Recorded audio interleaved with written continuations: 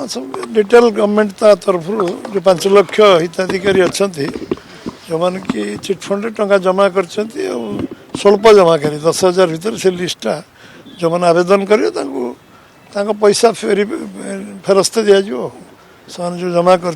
सरकार तरफ कार्यक्रम जो कथा आम कही निर्वाचन समय से कार्यकारी करने आरंभ हो प्रक्रिया आरंभ हो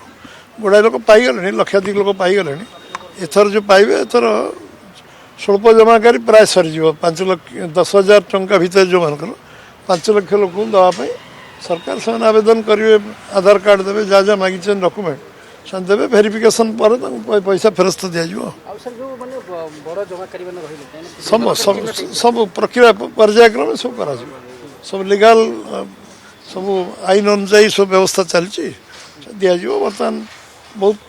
लंबा व्यवस्था ही सब मेटेरियलाइज ना मीडिया कहवा ठीक हे कन्फ्यूजन हम तेणु सब कथा प्रक्रिया बहुत द्रुत गति चलती चूड़ांत गोटे गोटे हेल्ले आम कहूँ